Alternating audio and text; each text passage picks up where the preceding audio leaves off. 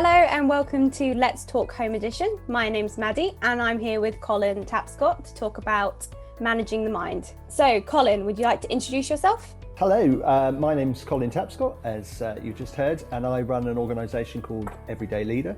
Prior to that, I was a head teacher for 17 years, working with primary age children. So a lot of experience of working with children's families, and also my volunteer setting of working with young people too. So life sometimes throws us things that make us feel stressed and anxious and maybe a little bit helpless. What's actually going on inside us when that happens? Life does throw challenges, doesn't it? It's part of the rigmarole of life. It doesn't always go smoothly. And actually the body is designed to watch out for things that can be a bit of a worry for us, that can be dangerous to us. So what happens is our mind is on the lookout for things that cause danger. And what it then does is it releases this chemical called cortisol. So what happens, a certain part of our brain called the amygdala detects that something is a bit scary. So it sends a message to another part of the brain to release cortisol from the pituitary and the adrenal glands. And that cortisol then flows around the body to key parts of our body, just telling us to be alert and ready for danger. And it allows the body then to decide, actually, I'm going to slow down some functions, but I'm going to keep certain functions alert. And of course, if we are in real danger, we're being chased by something, that can be really helpful because it allows us to realise, oh, I mustn't overthink this. I must just either flight, fight or freeze. I must either run away or I must just kind of freeze in the moment or I must fight it. And so it allows us to decide what to do, which is great if we're being chased by something. But actually, if it's just general stresses of life, that can sometimes be really hard, because what happens is this front part of our brain, where all our thinking and our processing happens, gets kind of clogged up a bit. It's not actually what happens, but it's a way of thinking about it. It gets clogged up a bit, and some of the signals to that part of the brain get really slowed down. So that's why we find it really hard to think and work things out when we're under stress. What can we do about it then? Well, firstly, I guess it's just what I've explained there. It's to understand what actually happens to us, because when we know, oh, it's not just me losing my mind then, or losing my ability to even think, it's just I'm getting stress and it's releasing chemicals in me. That means it's slowing some of this thing down. So the first thing is just to recognise, what I'm feeling is the body's natural reaction to make me alert and ready for danger. So that's the first thing. Just be aware, perhaps do a bit more reading on it if you need to. Great book called The Chimp Paradox by Steve Peters can really help with that, for example. But just understanding that basic principle is the first thing. The second thing is, if you find yourself in that position, one of the things to do is just to take a bit of time. The tendency when we're in a bit of stress can be that we want to run and jump and sort things out straight away, but actually our brain isn't in the right place. And one of the things that helps reduce cortisol is just a bit of time, a bit of calm, a bit of quiet. So actually, in the old days, you may have heard someone say, count to 10. Now, quite often it doesn't just take counting to 10 for us to calm down and for that cortisol to drop, but just the moment of taking time to be quiet, to be calm, to rest, actually can really help when we're first starting to feeling those stresses. I sometimes feel that, and I go away and I calm down, and then when I come back to it, it stresses me out again. What do you do about that? Yeah. So, I mean, there are things you can do before all of this sort of happens. There's two ways you can deal with stresses. One is to be proactive, and the other is to be reactive. So actually, if we find that we regularly are getting stressed on certain things, it's working certain things into our life that actually help to reduce the stress, to reduce the cortisol and things in the first place.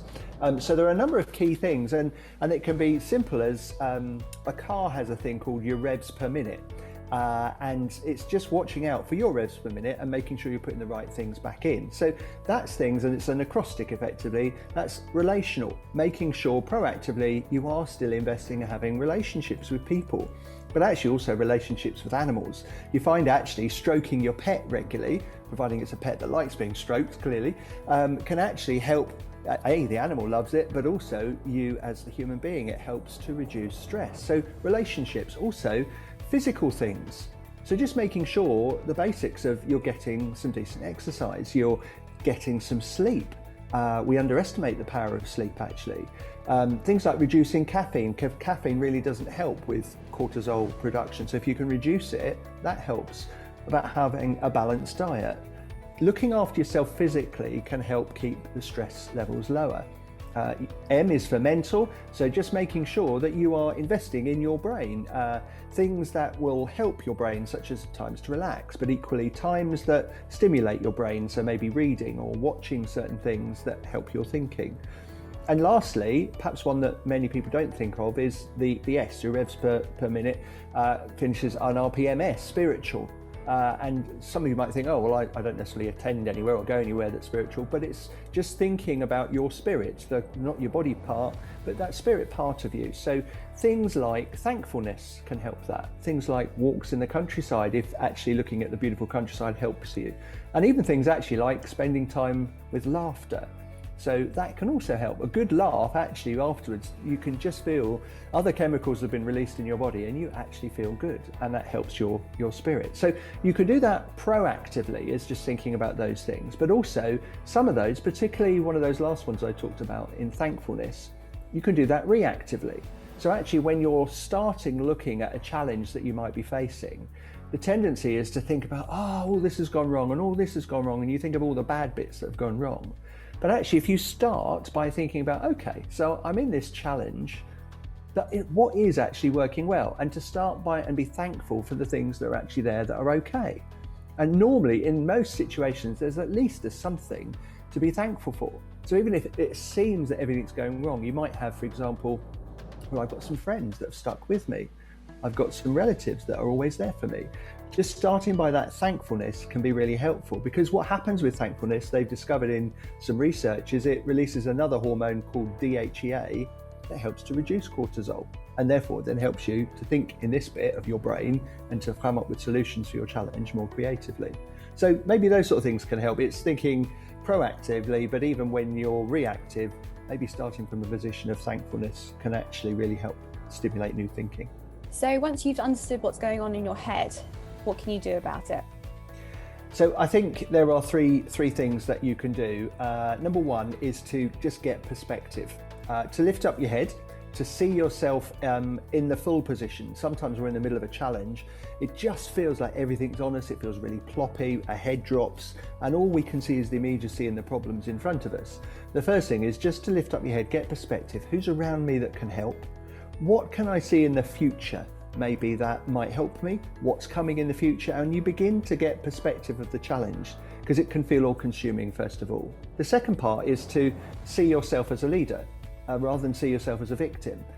Seeing yourself as a leader, it means asking yourself, what would a leader think, say, or do in this situation? Because we feel like a victim and it's very hard for us to see ourselves as anything else. So pretend that a leader's here instead, and what would they do? What would they think, first of all, in this situation? What things might they do and what things might they say? And then once you've done that, go, well, if that's what a leader would do, then say, well, I could be that. Admit that you could be that leader, and then act that out. And the third part is then to coach yourself through the problem. Actually to think about what's the current reality and what is it that I actually want to achieve from this. Thank you very much for that, Colin. And I just have one more question. Is there a hobby or a habit that you picked up during lockdown? So I don't think there's one I've particularly picked up as in picked it up afresh, but there's certainly one that I've been doing lots during lockdown. So I had started running to help with my weight loss before lockdown, and I've done more of that. And actually have enjoyed that, particularly because you're getting out of the house and doing that. And also walking the dogs. So we have 3 dogs, and so regular dog walking is part of that. I did try and combine the two once and tried to take my dog Scooby for a run, but he's too young and he was too fast for me. I've had to kind of keep the two separate. So yeah, a bit of dog walking, bit of running, that's been really good for me in lockdown. Brilliant, that sounds great. Thanks, Colin, for taking the time to talk to me. Absolutely fine. I've loved talking to you, and I hope people listening find that really helpful as they face their challenges.